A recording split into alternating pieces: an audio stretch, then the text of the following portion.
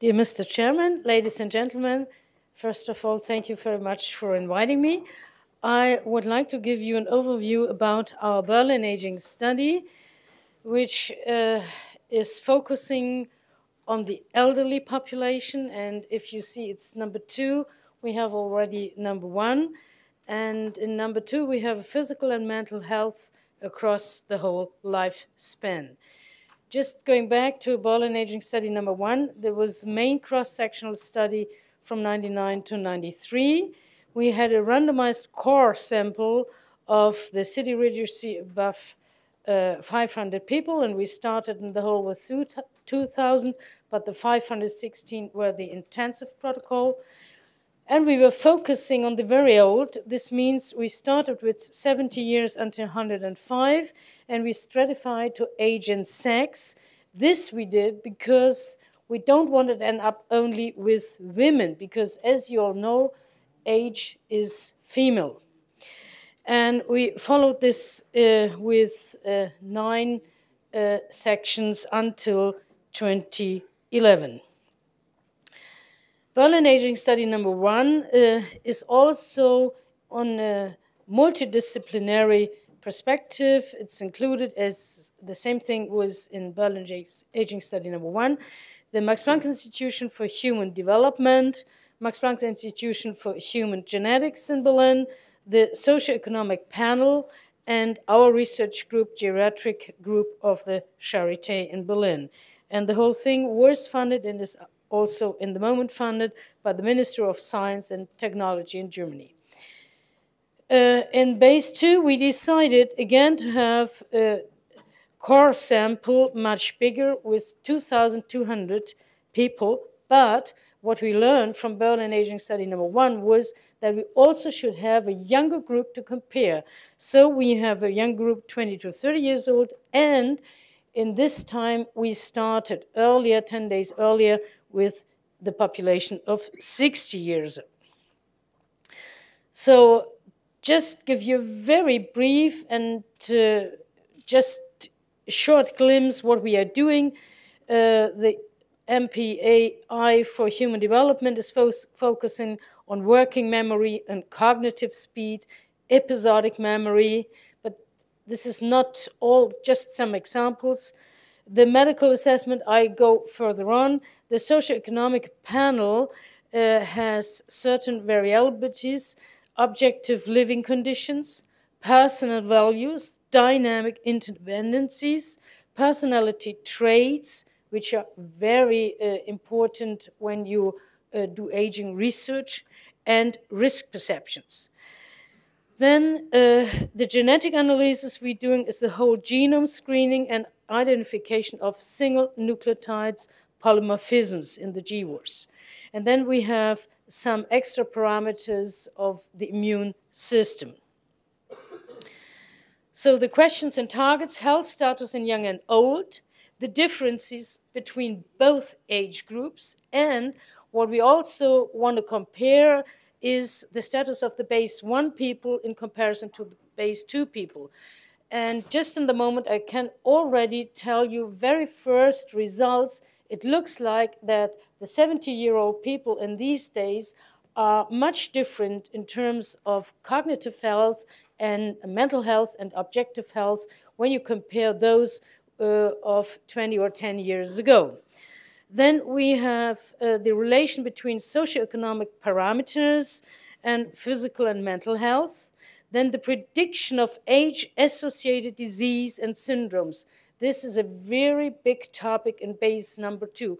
We want to try to detect early biomarkers of certain diseases and syndromes.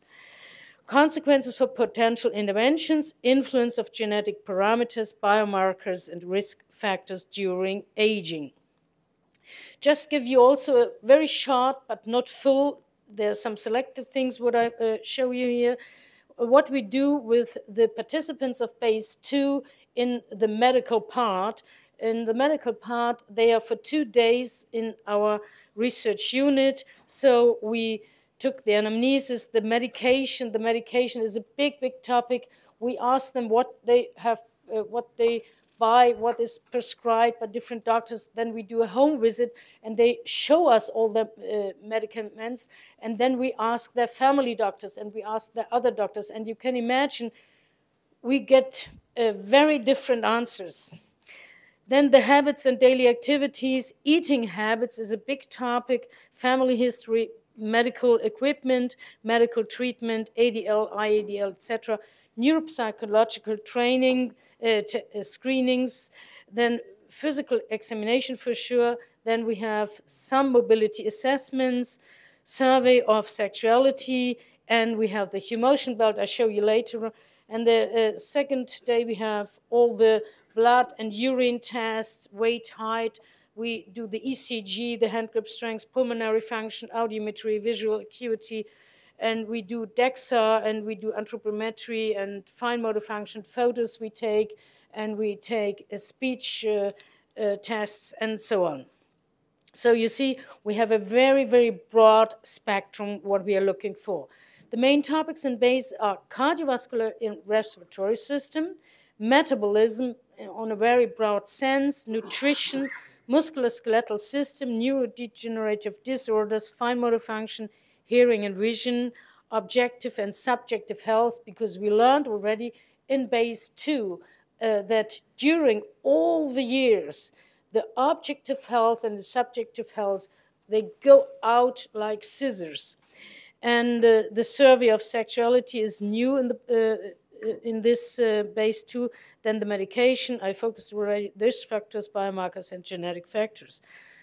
So let us just give you a very short idea what we are doing in terms of metabolism and nutrition. We have the relation between nutrition habits, and we use a very, very a big protocol to ask and to what they eat over a whole week and Saturday and Sunday. Then we have the socioeconomic and health status, which we want to compare and which we want to combine. Then we have all the underlying mechanisms of loss of muscle mass with age.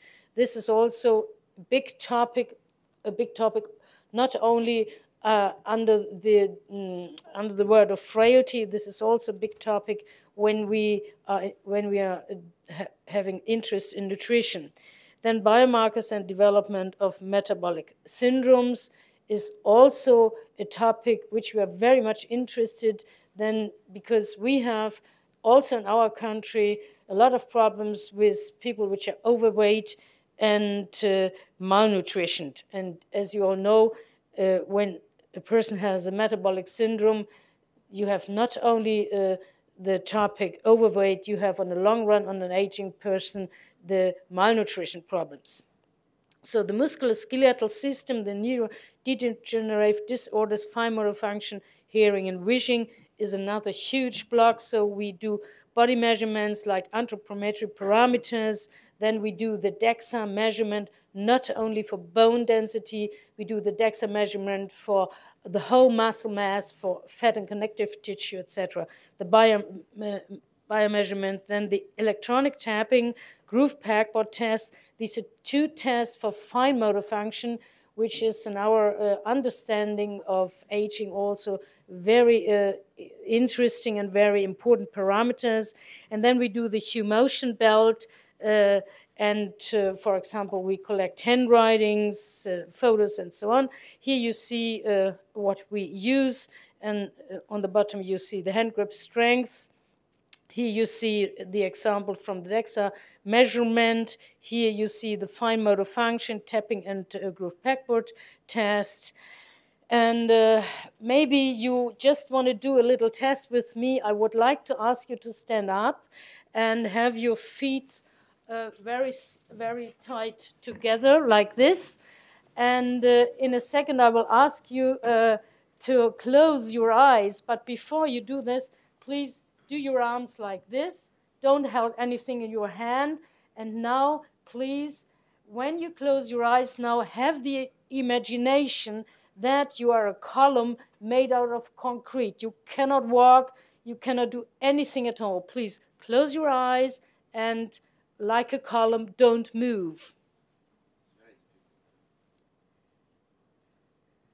Thank you very much. You can sit down. Could you? Yes, still alive for sure.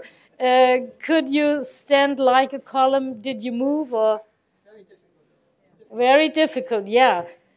So we cannot move because in every second when we stand up, we have to organize our muscle system against the G. And because of that, we all have a certain swaying. We have a swaying in that or in that direction. This differs from individual to individual. And one of our hypotheses in base, just one, is the amplitude of swaying has something to do with falls, has something to do with frailty, and so on.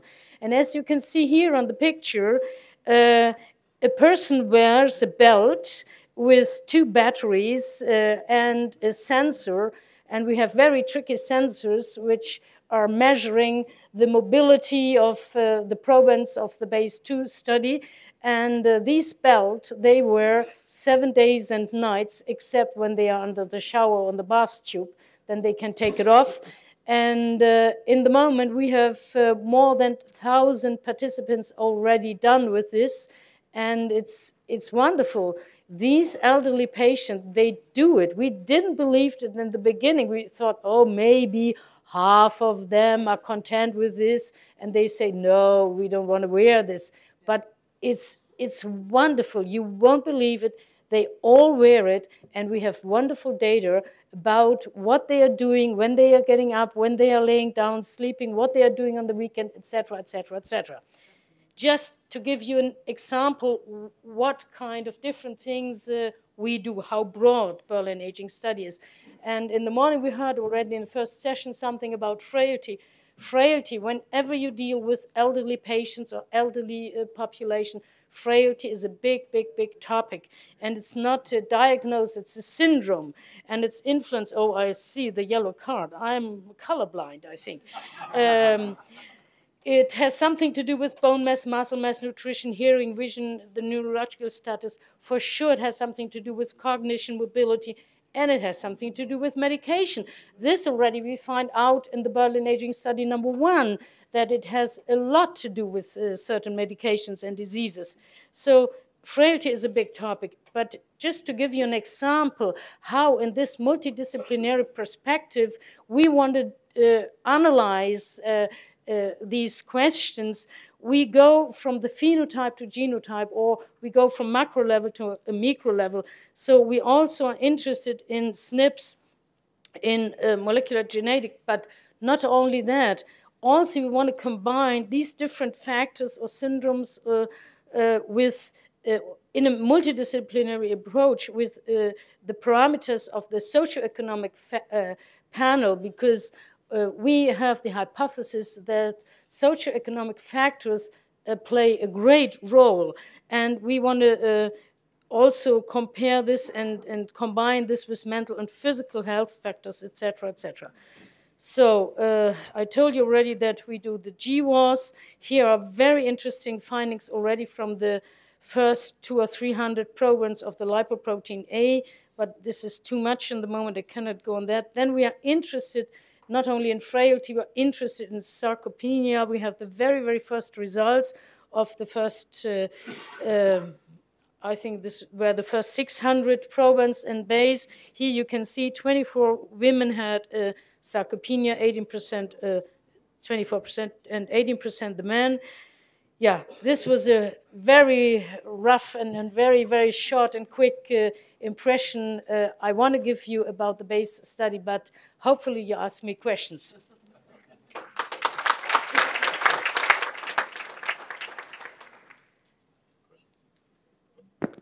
Any question? We have time for 1 or 2 questions to Dr. Steinhagen. No question? That's good. Yes, please. So do you think that you will have... You introduce yourself, please. Oh, sorry, I'm Eva Breber from AstraZeneca. Yeah. So do you think that you will have a composite measure of frailty when you have analyzed this to its end? Yeah, for sure. So it will be one measure? No. Describing? not at all. So also when in the first session you see we have a very interesting phenomenon. It was already in the talks before. Whenever we talk about aging, we have something what we call differential aging.